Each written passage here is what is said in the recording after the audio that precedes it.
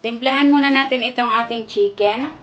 Maglagay tayo ng toyo, kalamansi, paminta, garlic powder, paprika powder.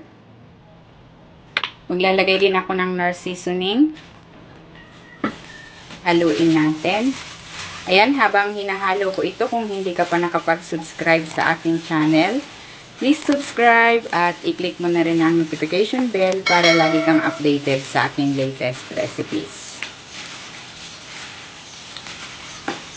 Ayan, okay na ito. I-marinate muna natin ito for at least 30 minutes. Maglagay tayo ng cooking oil. I-sear muna natin itong ating chicken.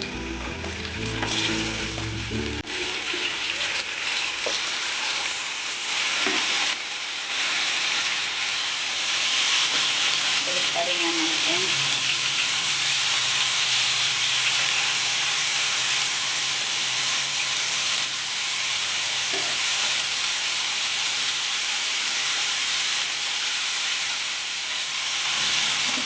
Then, okay na ito. Hanguin muna natin.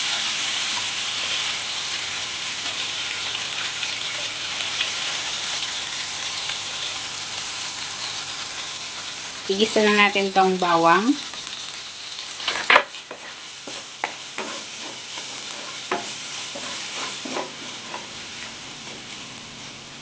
Lagay na rin natin tong sibuyas.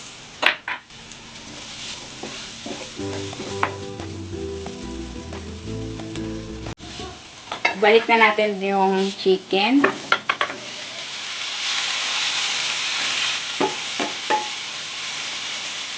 Ibuhos na natin dito yung ating tinabing pinagbabaran. Maglagay tayo ng tubig. Takpan natin. I-simmer natin ito for about 20 minutes. Yan, ito na yung ating chicken. Ayan, nag-reduce na yung sauce. Maglagay tayo dito ng toyo at ng honey.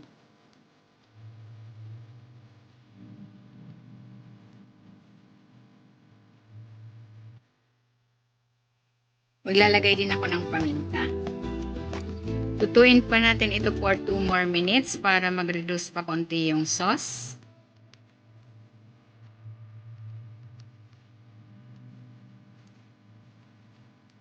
Tikman natin. Sarap. Ayan, ready na itong ating honey glazed chicken. Hanguin na natin ito.